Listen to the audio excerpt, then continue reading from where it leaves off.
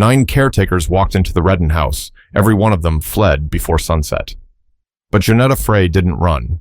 She sat down, looked those boys in the eye, and said something they'd never heard before. In the town of Cypress Landing, people didn't whisper about haunted houses or highway ghosts. They whispered about the Redden boys.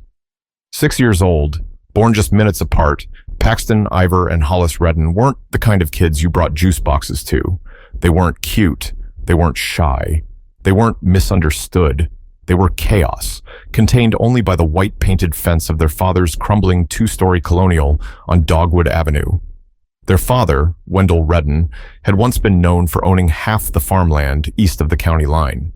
These days, folks said he mostly kept to himself, widowed, withdrawn, and working from somewhere nobody could quite point to. He wasn't a bad man. He just wasn't really there. What was there were those boys, and they were loud, fast, and frightening in a way that didn't feel like childhood anymore. People said the moment you stepped foot inside the Redden home, the air felt strange. Too quiet, like the walls had stories they weren't finished telling. 9 women had tried to care for the triplets in the span of 6 months. One had fled barefoot. Another was found by police crying at a Shell station, her shirt ripped and smeared with peanut butter. A retired school principal lasted 4 hours. The ex-Marine from Savannah made it till dinner, barely. They didn't just act out. They attacked people's patience, their sense of safety. It was like they were angry on a level they didn't know how to explain. And no one had figured out how to reach them. The Redden house had become a revolving door of professionals who walked in with confidence and walked out with trembling hands. There were theories, of course. The boys had watched their mother collapse in the backyard. It was sudden. No one talked about it in detail, only that Marta Redden had been watering her azaleas when her body just stopped moving. No sickness, no warning. Gone just like that. Some folks believed that kind of trauma left a mark on kids. Others whispered about discipline or the lack of it. But what nobody wanted to say out loud was the ugliest part, that maybe the boys weren't just wild. Maybe they were broken in a way no one could fix. The help wanted sign went back up on the board outside the Cypress Landing post office once again. This time, someone had scribbled underneath it, "If you've got life insurance, bring it." Most folks laughed, but no one touched that flyer. Until she did. She walked up just past noon, her steps slow but steady. The heat of August hung heavy in the air, but she wasn't in a rush. She read the sign, pulled a pen from her purse, and wrote her name on the little tear-off sheet at the bottom, Jonetta Frey. Nobody recognized her. Some said she'd come in on the Greyhound from Bloomfield, Indiana. Others thought maybe she was staying with a cousin up near Larkspur Lake. She was hard to place, tall, dark-skinned, and carried herself like someone who had nothing to prove and nowhere to be but exactly where she was. The woman behind the counter at the post office asked, "You sure about that job?" Jonetta just smiled and replied, "I've seen worse." That same afternoon, she walked the mile to the Redden house, her shoes crunching against dry gravel as she passed neighbors pretending not to stare from behind curtains. The white fence loomed in front of her like a dare. She stood at the gate for a moment, not hesitant, not wide-eyed, just measuring. The front yard was empty except for a broken plastic scooter turned upside down and a trail of crushed cereal leading to the porch. The house was still, but the kind of still that made your stomach knot up, like something inside was waiting. She raised a hand, knocked twice, then she waited. The door opened, slow and stiff on its hinges. Behind it stood a man with tired eyes and a week-old beard. He looked her up and down like he was already expecting her to run. "You with an agency?" he asked. "No, sir," she said, her voice calm. "Just saw the posting." Wendell's eyes narrowed. "You got kids?" "I did," she answered. That word hung there. Did. He didn't ask more. He just stepped aside. "You can meet them, if you want to try." Janetta walked in. The door closed behind her with a thud, but the silence inside the house didn't stay silent for long. The floor creaked beneath Jonetta's feet as she crossed the threshold. The air smelled like old paper, lemon cleaner, and something sour, maybe spilled juice gone ignored too long. There were boot prints dried in mud along the hallway, and the wallpaper peeled at the corners. One picture frame on the wall hung crooked. No one had bothered to fix it. Wendell motioned toward the living room, but he didn't follow. "They're in there," he muttered, then disappeared down the hall without another word. Janetta stepped into the room slowly, her eyes sweeping the space. The TV was on but muted, stuck on some cartoon where characters ran in circles and fell off cliffs. One couch cushion had been slashed, foam poking out like a pulled tooth. A half-eaten apple sat on the floor, brown and sticky. The coffee table was covered in stickers, permanent marker, and what looked like dried-up yogurt. And then she saw them. 3 boys. Same brown hair, same sharp cheekbones, but that's where the similarity ended. Paxton sat on top of the couch, shoeless, tearing apart a remote control with a butter knife. Ivor was under the table, hiding behind a pile of couch cushions, eyes watching her like a feral cat. Hollis leaned against the far wall, arms crossed, chewing the sleeve of his shirt. None of them said a word. Jonetta gave them a moment, just watching. She didn't smile, didn't crouch down and do that sing-song voice people use when they want kids to like them. She stood still like a statue they couldn't figure out. Then she took 2 slow steps forward and said, "You must be the Redden boys." Silence. Paxton tossed the broken remote onto the floor and said, "You'll be gone before dinner." Hollis smirked, but didn't look away. Ivor licked his thumb and started rubbing it against the side of the table, eyes still on her. Jonetta didn't flinch. She walked to the center of the room and sat down, not on a chair but on the floor, right in the middle of their mess. "I'm not here to scare you," she said, "and I'm not here to make you say please and thank you on day 1, but I am here to stay. Unless you want to talk to the wall, I suggest one of you tells me your favorite food." Again, nothing. She reached into her bag, pulled out a peanut butter sandwich wrapped in wax paper, and unwrapped it like she had all the time in the world. Ivor sniffed. "Is that homemade?" Jonetta took a bite and said through a chew, "Sure is. I bake my bread too. Don't trust the kind that comes in plastic." Another pause. Paxton jumped down from the couch and stalked up to her, bare feet slapping the floor. "You bake bread? What are you, 90? Jonetta smiled slightly. "No, just from a place where folks make things with their hands. You ever tried it?" He looked at her like she was made of glue and rust and something he didn't want to touch. "You're weird. I get that a lot." Hollis took a few steps closer, arms still crossed. "Where are you from?" "Indiana, Bloomfield, small town. You wouldn't like it. Nothing but cornfields, gossip, and 3 churches." "Why'd you come here?" "Because someone in your town needs me." The room got quiet again. Not stiff, just waiting. That's when Ivor stood up from under the table, eyes still glued to hers, and asked, "You got kids?" Jonetta paused, just a second too long before answering. 2 boys, grown now." "Where are they?" Paxton asked. "One's in Florida, builds houses. The other's serving time." That stopped them. Hollis's eyebrows went up. Paxton squinted like he was trying to read a lie off her face. Ivor just sat back down. "Is that why you came here?" Hollis said, voice quiet for the first time. "No," she replied. "I came here because I still got something left to give." Then she stood up slowly, dusted off her slacks, and walked to the kitchen without waiting for permission. She opened the fridge, half empty, pulled out a few eggs, a bottle of milk, and a slice of bologna wrapped in plastic. She scanned the cabinets, found a bag of flour, and set everything on the counter. "I'm making pancakes. Y'all can sit there and glare at me if you want, but I'm still going to make enough for 4. No one moved. Then Paxton mumbled, "You forgot one. There's 5 of us." Janetta cracked an egg and said, "I make his plate last." But something shifted the moment she said that, just enough to keep the boys in the room. The pancakes sizzled on the old stovetop like they were daring someone to breathe too loud. Janetta moved slowly, deliberately. She didn't hum or talk to herself. She just cooked like it was the only thing that made sense in a house this loud with silence. She flipped one, slid it onto a plate, then another. The boys hadn't moved from the living room, but they were watching. Every one of them, waiting. Then came the sound, a thud, fast, sharp, deliberate. Something had hit the hallway wall, hard, another thud, louder. Janetta didn't pause. "That you, Paxton?" No answer, just the sound of someone running, the slam of a door. Then the water in the bathroom began to run, full blast. Ivor wandered to the kitchen doorway, one sock on, one foot bare. "He's flooding the sink. Did it last week. It got in the floorboards." Janetta wiped her hands. "Hollis, can you come here, baby?" He hesitated, but he came. She pointed to the skillet. Flip that next one when it bubbles in the middle, you see it? Hollis looked confused but nodded. Then she turned and walked to the hallway. Water was already spilling into the carpet. The bathroom door was open just enough to see Paxton standing on the toilet, both hands cranking the faucet like he was trying to wrench it free from the sink. "Paxton," she said calmly, "turn it off." He didn't even look at her. "Go home." She stepped inside, water soaking into her shoes. "You think this is going to scare me?" "No," he snapped, yanking the towel rack clean off the wall. "I just want you gone. Everyone leaves. Might as well make it fast."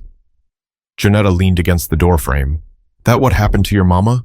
He stopped. That one word cracked the wall. "I heard she dropped in the backyard," Jonetta said, her voice low. "Just folded right there in front of y'all. That true?" His chest rose. He didn't speak. He didn't cry. He just looked at her like no grown-up had ever said those words out loud. "I bet that messed you up real good," she added. "I bet it still messes you up." Paxton looked down at the floor, at the water, at his bare feet. "Turn off the water," she said again. He reached for the knobs, turned them hard. Silence. Then he slumped to the tile and whispered. She was humming. "What?" "That day. She was watering the flowers and humming. I remember thinking it sounded like a TV song. Then she just..." He mimed a collapse. Boom, gone. Ivor started screaming and Hollis ran and I just stood there. Janetta crouched beside him, her knees crackling. "You didn't do anything wrong, baby. But this here? Flooding your daddy's house? That ain't the way to get help. That's the way to rot in your own mess. I don't care." "You will." She put a hand gently on the top of his head, just left it there. "You miss her?" He didn't answer, but the way his jaw tightened was louder than a yes. Jonetta stood, offered her hand. "Come on, grab some towels." He didn't take her hand, but he followed her anyway. Back in the kitchen, Hollis had burned one pancake and was trying to scrape the black off with a butter knife. Ivor had climbed onto the counter and was pouring syrup directly into his mouth. Paxton entered the kitchen dripping wet. Janetta handed him a dish towel and said, "Go dry off and change. Your food's getting cold." He took the towel without a word, left. The sound of wet footsteps faded down the hall. Jonetta turned to Hollis. "You cook much?" He shrugged. "I watched a video of a guy making prison noodles with a lighter. That count?" She cracked a smile. "You know what? I think I like you." Then she looked at Ivor. "You?" He shook his head. "I'm not funny like Hollis, or mean like Pax. You don't gotta be anything but Ivor." The kitchen fell quiet for a moment, but it wasn't heavy anymore. It felt like something breathing again. Janetta plated the pancakes, set them down. No prayers, no speeches. They ate like wolves, fast, syrup everywhere, not a napkin in sight. When Wendell appeared in the doorway, he blinked like he was seeing something that didn't belong. "What the hell happened in here?" he asked, staring at the wet footprints and broken towel rack Janetta was now holding like a trophy. Janetta didn't flinch. First test, passed, barely. Wendell looked at the boys, all eating, not throwing food, not yelling, just eating. Then he walked away, like his body didn't know how to stay when things weren't on fire. But the second test was always harder, because it wasn't about chaos. It was about control. Janetta stayed late that day, though no one asked her to. Wendell didn't say much when she passed him in the hallway, just gave her a nod so faint it could have been a twitch. But the boys stuck close, not in a clingy way, more like they were trying to figure out whether she was real. After dinner, which she pulled together from a half box of elbow noodles, canned tomatoes, and shredded cheese, the triplets scattered into different corners of the house. It was how they did things, together but never close. They shared blood, a birthday, and a house, but not space, not anymore. She washed dishes by hand, no dishwasher, though the kitchen had a spot where one clearly used to be. Another gap in the story. As she wiped her hands and stepped into the hallway, her eye caught something on the stairs. A little stuffed rabbit, missing an ear, half its face burned or chewed, she couldn't tell. It was sitting upright like someone had placed it there on purpose. A warning, maybe, or a test. She picked it up gently and said aloud, "You don't look so scary to me." A voice from the top of the stairs replied, "That was hers." Janetta looked up. Hollis stood there barefoot, his oversized t-shirt hanging off one shoulder, hair sticking out like he'd just woken up from a bad nap. She carried it everywhere, he added. After she died, I tried to throw it out. Paxton put it back, every time. Janetta looked down at the rabbit, one eye gone, stuffing visible. She had a name? She asked. Hollis nodded. Choo-choo. Jonetta sat on the bottom step, the rabbit still in her lap. Choo-choo, huh? That's different. She said it made her feel safe when Dad was yelling. That stopped Jonetta cold. Your dad? She said carefully. He wasn't mean, just loud. He'd slam cabinets, yell about money, or bills, or her not taking care of herself. Janetta didn't speak right away. She placed Choo-choo beside her on the step, like it was listening too. You ever talk to anyone about all that? She asked. Hollis leaned against the wall and looked at the ceiling. They sent a lady once, with a badge and a folder. She gave us squishy toys and left. Janetta sighed. Squishy toys don't fix grief. She said maybe we should write our feelings down. And did you? He looked down at her. I punched a hole in her car seat with a pen. She blinked, then smiled. That's a feeling, all right. He shrugged. Ivor says he can't remember what her voice sounded like. He's scared he's going to forget her face. Do you? I pretend I don't. She nodded slowly. Grief makes people strange. Makes houses strange, too. At that, Hollis tilted his head. What do you mean? I mean, sometimes you can walk through a house and know where someone used to stand. You can feel it in the air. It's like ghosts that don't knock things over. They just make everything heavy. He sat on the second step, not next to her, but close enough. Yeah, he whispered. It's like that. Jonetta looked up the staircase. Which room was hers? He pointed to the far door at the end of the hall. You go in there? No, Dad keeps it locked. I see.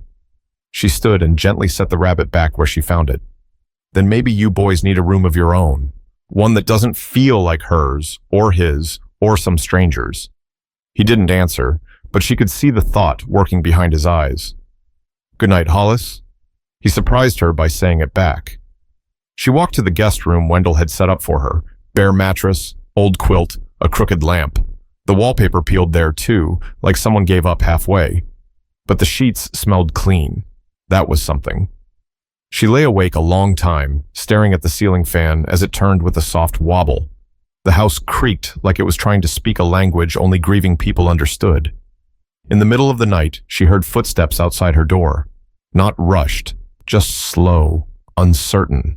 She didn't call out, just let whoever it was keep walking, because some things need to learn how to walk toward healing in their own time. But healing doesn't come without resistance, and Paxton hadn't finished fighting. By the third morning, the house smelled like toast and tension. Janetta was already in the kitchen, slicing bruised bananas into oatmeal and singing under her breath. Nothing cheerful, just a slow, worn-down gospel tune that held more weight than melody. Something her mother used to hum when times were tight and tempers were shorter. Paxton stood in the doorway, arms folded tight across his chest, like his bones itched. Why are you still here? Janetta didn't look up. Because y'all keep waking up hungry. I didn't ask you to feed me. No, but your stomach did. She slid a bowl across the table. He didn't touch it. I'm not like them, he said flatly. She finally met his eyes. Like who? Ivor and Hollis. They still cry sometimes. I don't. I don't miss her. I don't care she's gone. That's so. He nodded hard. I even hated how she smelled. Janetta stepped around the counter and pulled a chair beside him. I believe you, she said. Paxton blinked. You do? I believe you think you didn't love her. I believe it feels easier to be angry than it does to hurt. He looked away fast. Pain's a smart little thing, she continued. Sometimes it disguises itself so we don't recognize it. Like when your foot goes numb before it burns. He pushed the bowl away. You talk too much. And you hold too much, she shot back. Want to call it even? He didn't answer, but he didn't leave either. That afternoon, the war escalated. Jonetta asked all 3 boys to help her clean out the hallway closet. Nothing major, just old blankets, broken coat hangers, and whatever mystery was stuffed in the back. Ivor and Hollis groaned, but eventually helped. Paxton didn't. He stood off to the side, arms crossed, eyes hard. Janetta tried to ignore him until he grabbed a flashlight, turned it on, and began flickering it in her face like a strobe light. "I'm helping," he said flatly. Janetta didn't flinch. "You're being a pain." "You said to do something." "I said help. That ain't help." "I'm making it fun." She dropped an old umbrella in the donation box and turned to face him directly. "Why are you so mad at me?" He smirked. "Because you talk like you're some kind of saint. Like you're better than us." "I'm not better. I'm just older, and maybe a little more tired." "Then leave." "I've got nowhere else to go." He paused, then said it more cruelly. "Maybe that's your problem." The words hit sharp, but Jonetta held steady. She nodded. "Could be." That knocked him off balance. He stared at her like he couldn't believe she didn't argue back. "You think you're the only one who's broken, Paxton?" she said. "I buried a son I still visit in prison twice a year. I left a man who couldn't tell a bottle from his own blood. And I lost a sister who died thinking I hated her." He froze. "So if you're trying to scare me off, you better bring more than a flashlight and a bad attitude, 'cause I've already survived things you can't even imagine." Ivor and Hollis stood there, silent, boxes in hand, not sure what to do. And Paxton, for the first time since she met him, turned and walked out of the room without slamming anything. Later that night, the sound of a door creaking open woke her. She wasn't asleep, just lying there, thinking. Paxton stepped into her doorway, silhouetted in the glow from the hallway nightlight. He didn't speak for a long moment. Then quietly, "You want to see something?" Janetta sat up. "Is it illegal?" He shrugged. "Depends." She got up and followed him barefoot through the hallway, past the rabbit on the stairs, past the kitchen, into the garage. He pointed to a corner piled with old boxes and folded tarp. That's where she kept her garden gloves. Nobody's touched it, not even Dad. Jonetta squatted down, carefully moved a box aside. Underneath was a tin watering can, a faded photo album, and a crumpled hat that still smelled faintly of lavender and dirt. "Why'd you bring me here?" she asked gently. He shifted on his feet. "I don't know. Just thought maybe you wouldn't ruin it." She nodded once. "I won't." Then he said, "She hummed the same song you did." Jonetta's throat caught. She used to hum it when she cooked. It sounded sad, like she knew something bad was coming. Janetta didn't say anything right away. She reached into her pocket and pulled out a clean handkerchief, folded it in half, set it on the workbench nearby. "If you want to keep anything from here," she said, "start with the memories that don't make you feel like you're gonna break." He looked down, then whispered, "She used to hum it before she got sick too." Jonetta let the silence hold them both for a while. But just when something starts to mend, something else always pulls at the seams. And the next morning, someone unexpected came knocking. The knock came at 9:07 the next morning. Too polite to be the mailman, too firm to be a neighbor borrowing sugar.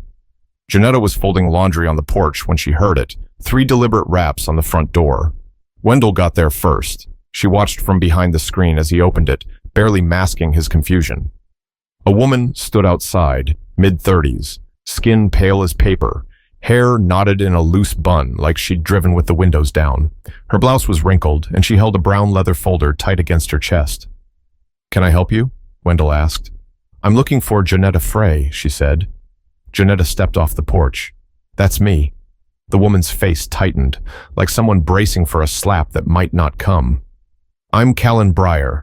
I'm with Children's Services. I just have a few follow-up questions." Wendell's shoulders stiffened. "What for?"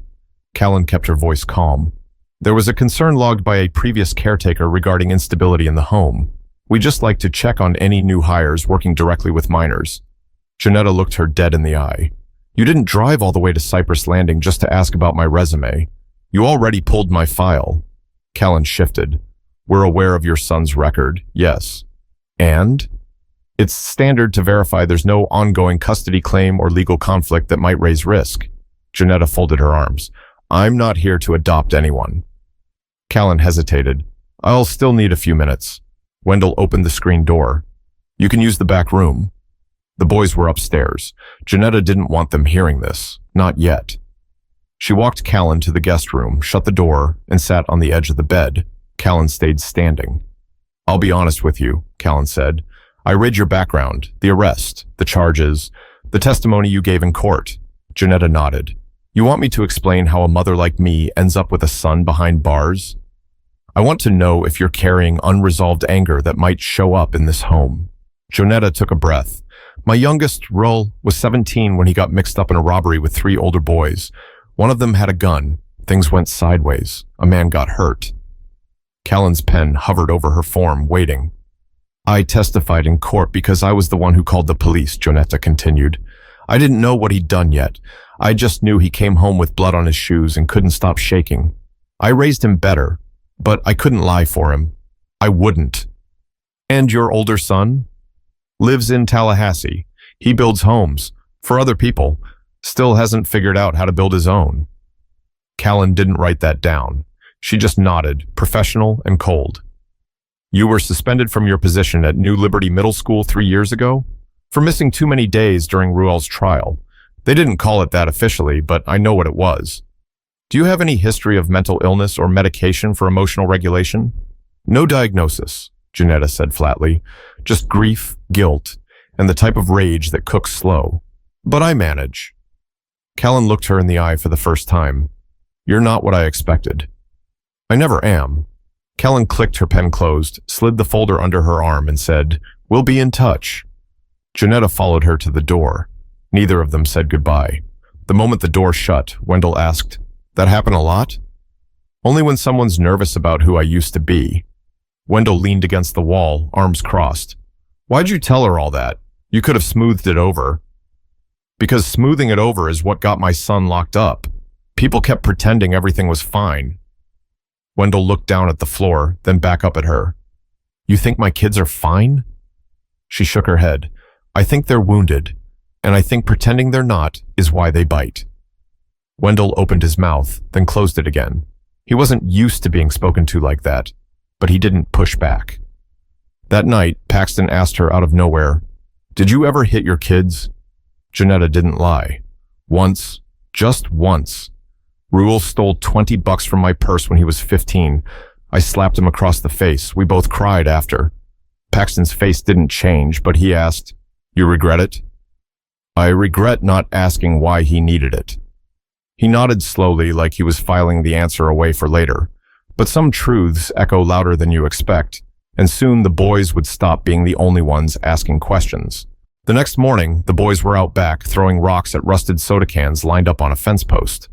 Ivor had surprisingly good aim. Hollis kept pretending he didn't care when he missed.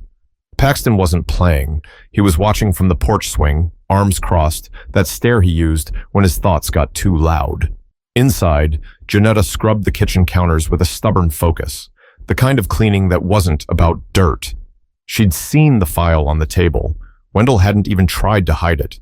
It was Callan's, her name printed in all caps on the first page, her history, her losses, her son's sentencing transcript, printed like facts, could sum up a life. Wendell entered with his coffee and leaned against the fridge. She showed up with an attitude, he said. Or maybe she showed up with a checklist, Janetta replied. That's what they do. He sipped the coffee. You didn't deny anything. I don't hide things. Never saw the point. He looked at her, something quiet moving behind his eyes. I thought you'd want to make a clean slate here. She wrung out the sponge and set it aside. Clean slates are for people who've done nothing. Wendell sat down at the table. How do you walk around with all of it? The weight of it? Janetta poured herself some water and joined him. You don't walk around with it. You carry it until you find someone who knows how to hold a little of it for you. He didn't answer right away, just stared out the window, where the boys were now laughing about something Ivor had said. They were different before, Wendell murmured. Back when Marta was alive. We were messy, but functional. Then she collapsed in the garden and everything got quiet in the wrong places. I tried to keep going. I didn't know how to cry in front of them. Crying wouldn't have broken them, Jonetta said, but silence might. He looked down at his mug. You think I broke my kids? I think you stopped holding them when they needed to be heavy. That one landed. She could see it in his face. You ever talk to them about her? She asked. He shook his head. No, feels like I'd just make it worse. Too late for that. It's already worse. Now you've got boys who talk about their mother like she's a hazard sign. Wendell chuckled, short and bitter. You really don't hold back, do you? Not unless I'm paid to. They sat there, in that awkward middle place between honesty and shame. Janetta stood to make more coffee, and he followed her with his eyes. You cook like her, he said suddenly. She raised an eyebrow. That a compliment or a warning? Both, he replied. Later that afternoon, something happened. Jonetta asked the boys to help clean the garage, just to sort boxes and sweep. Nothing fancy. Ivor and Hollis didn't complain. Paxton stayed glued to the steps. Wendell stepped in unexpectedly, held a broom, no words, just action. The boys froze. Paxton stared at his father like he was seeing a ghost. You sure you know how to use that? Janetta asked, smirking. Wendell gave her a crooked smile. Pretty sure. Did my own sweeping back in '95. Janetta nudged a box with her foot. Good year. Bad music. Wendell swept quietly, but the message was clear. He was trying. Janetta caught Paxton watching him, jaw set like he didn't want to believe it. Like the sudden gesture might dissolve if he looked too hard. That night, after the house had gone quiet and the boys were tucked in, Wendell knocked once on Janetta's door. She opened it halfway. You need something? She asked. He hesitated. I'm not good at this. Talking? No, owning things. She waited. I should have held them, he admitted. I should have held her too. Marta. She asked me to slow down before she passed, said I was missing the best parts. I told her we had time. Janetta's voice softened. We all think that until we don't. He nodded once. You want anything? Tea? Wine? Whatever? She smiled, just a little. Tea sounds all right. They sat at the kitchen table again, two mismatched mugs between them, and for the first time, neither of them filled the silence with noise. But not all silence means peace, because something was still coming that would shake them all. The storm rolled in around 3 a.m. Not rain, not wind, but the kind of chaos that doesn't come from the sky. Janetta sat upright before she even knew why. The air was thick, her heart racing for no reason her mind could name yet. Then came the crash. A door, hard, fast, then yelling. She threw off her blanket, bare feet already hitting the cold floor. By the time she hit the hallway, she saw Paxton. Shirtless, fists clenched, screaming. Hollis was standing just outside his room, holding his arm like something hurt. Ivor peeked out from behind the bathroom door, pale and stiff. Janetta reached them just as Wendell stormed from his bedroom, wild-eyed and groggy. What the hell is going on? Paxton turned on him instantly. Don't act like you care. Excuse me? Wendell barked. You don't care. You never care. You just pretend until it's convenient, then disappear again. Hollis winced, clutching his elbow. Janetta reached for him, gently peeling back the sleeve. A bruise was already forming, deep, dark, and ugly. Wendell noticed it too. Paxton, what did you do? I didn't mean to. He was yelling at me. He grabbed my backpack and I pushed him. It was a shove, Hollis whispered. But he didn't stop. Paxton backed away from everyone, face twisted, breathing fast. He was going through my stuff. It's mine. I didn't want him in it. Jonetta stepped forward, voice steady. Paxton, look at me. No, he shouted. You're not my mom. She didn't blink. I know I'm not, but right now, I'm the only one not screaming. So you can yell at me all you want, or you can calm down and let someone help you. Wendell tried to step in again, but Paxton raised his fists, not to swing, but to block, like he was expecting a hit, and that broke something in Janetta. Wendell, she said, barely above a whisper, go back to your room. He froze. What? I've got this. Go.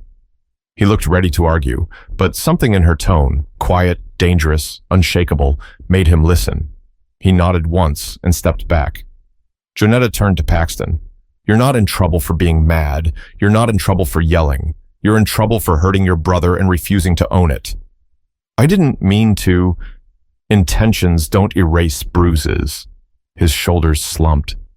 I know it feels like everything's breaking all the time, she said, softer now.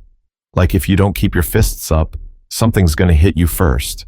But baby, you're swinging at people who are just trying to love you. He looked up, tears sitting right at the edge of his eyes, refusing to fall.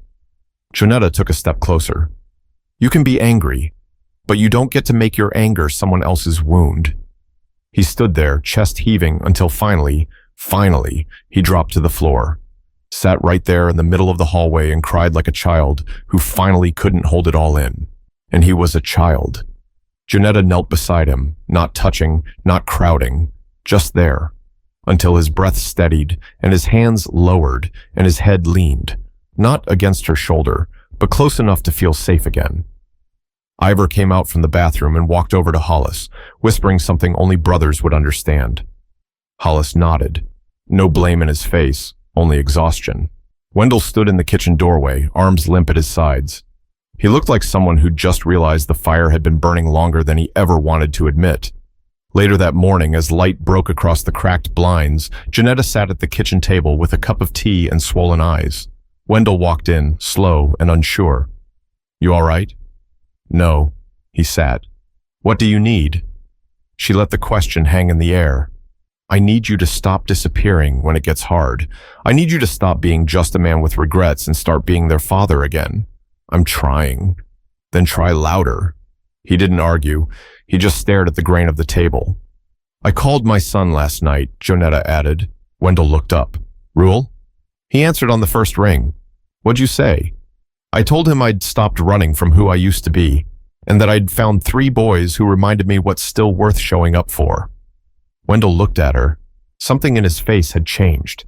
Maybe not completely, but something. But healing doesn't end with tears. It continues with choices.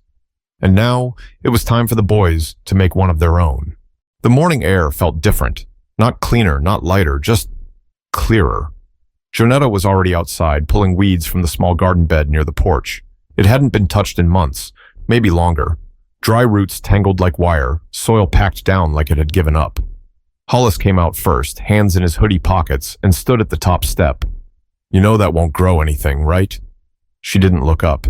Not yet. Ivor joined next, holding a small spade he'd found in the garage. He didn't say anything, just knelt beside her and started digging. Paxton came last. He stood a few feet away, arms crossed, but the anger was gone from his face. You're not going to plant flowers, are you? Maybe, Jonetta said, wiping dirt off her palms. Or maybe something with roots deep enough to survive this house. He looked at the dirt, then at her, then he sat. No one spoke after that, not for a long time. They just worked, side by side, hands in the soil. And it wasn't about the garden. It never had been. Later that afternoon, Janetta asked them to do something they hadn't done since Marta passed. Get cleaned up, she said, and meet me in the living room. Why? Ivor asked, his face wary. Because today, we're going to tell stories. Paxton made a face. What, like baby books and scrapbooks and stuff? Janetta shook her head. Nope. We're going to talk about her, your mama. And if it makes you cry, good. If it makes you laugh, better. Wendell was already sitting in the armchair when they came in. Clean shirt, combed hair. He didn't say a word, just watched as his boys filed in one by one. Jonetta placed a dusty photo album on the coffee table. She opened it to a picture of Marta holding the boys when they were maybe 2, all of them covered in spaghetti sauce, wide grins smeared with red. That's the first one I want to talk about, she said, tapping the photo. What was dinner like in this house when she cooked? Ivor raised his hand like he was in school. She hated meatloaf, but she made it anyway. She said it was your dad's favorite. Wendell smiled, barely. Still is. Hollis leaned forward. She used to sing when she was tired, not when she was happy.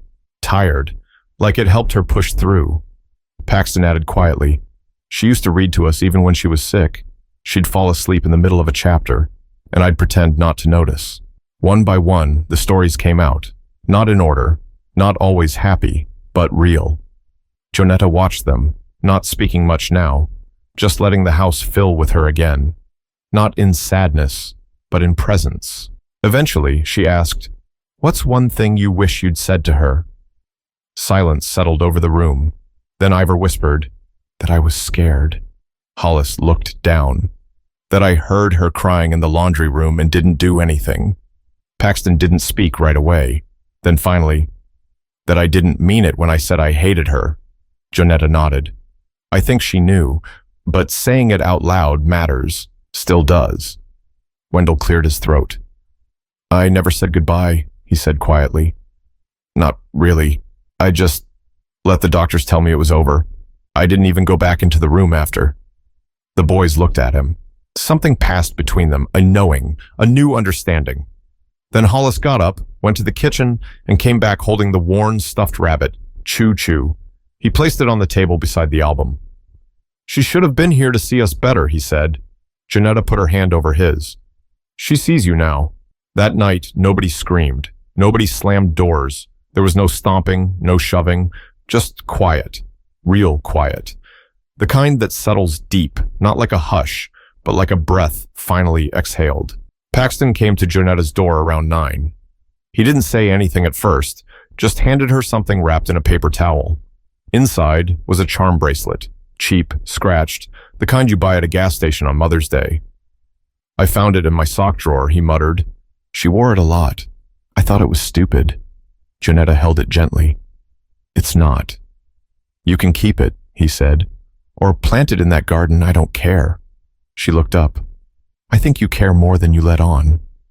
He didn't respond, just turned and walked away quietly. But healing is only the beginning, because choosing to stay soft in a hard world takes more than memory. It takes daily work. And tomorrow was coming fast. The sun was high and mean the next day, beating down on the front porch like it was daring someone to sit still. Jonetta didn't care. She was on the swing, sipping sweet tea and watching the boys dig small holes in the garden bed. No one argued about where the rows should go. No one kicked dirt. It was quiet work. They'd chosen marigolds and tomatoes, half in memory, half in hope. Wendell stepped outside with a watering can, squinting against the light. You want me to handle this? Janetta gave him a look. You sure you won't flood the yard? He grinned, an actual grin. No promises. He walked down the steps and joined them, clumsy but trying. And that was the thing. He was trying, not perfectly, not all at once, but something in him had shifted. The same way the boys weren't just bracing for the next explosion anymore. The same way Jonetta stopped watching the clock like she might need to pack up and run. At lunch, they all ate together at the kitchen table.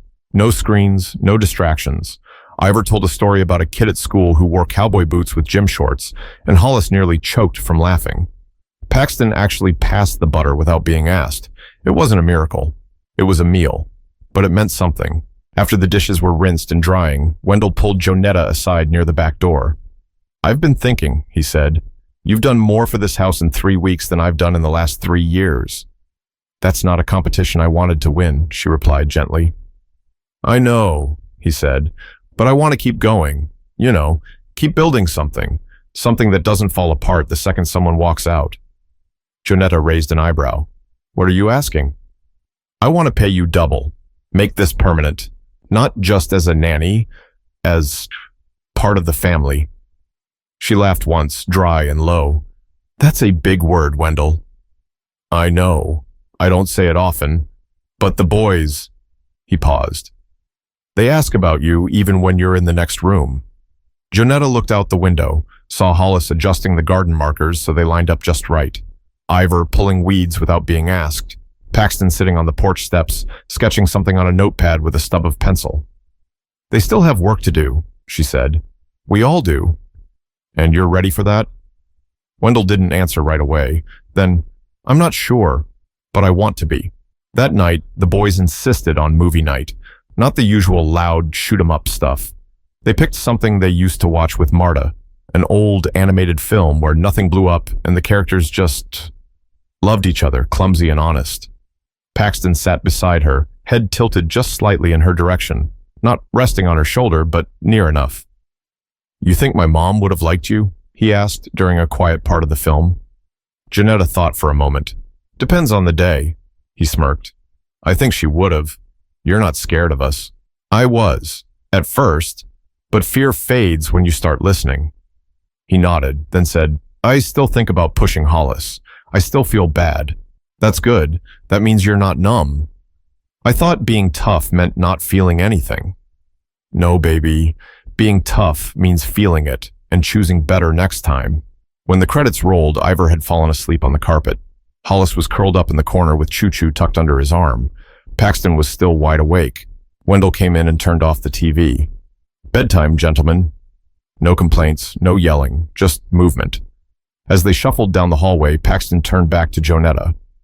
"You staying tomorrow?" She smiled. "That's the plan." "Good." Wendell waited by the doorway. "You ever think you were done parenting?" "I thought I'd run out of chances." "Well," he said, "they needed someone who doesn't run." She didn't reply. She didn't have to. The next morning, she was already up before the boys, watering the garden. The marigolds weren't blooming yet, but the tomatoes had started to peek through, a small start, a real one. And inside that house, for the first time in a long while, the day started without yelling. Not perfect, but peaceful. Sometimes, the strongest love isn't loud. It's patient. It's steady. It's the kind that stays, even when everything else runs. If this story moved you, even a little, subscribe for more stories that remind us of what really matters. There's someone out there who needs to hear this today.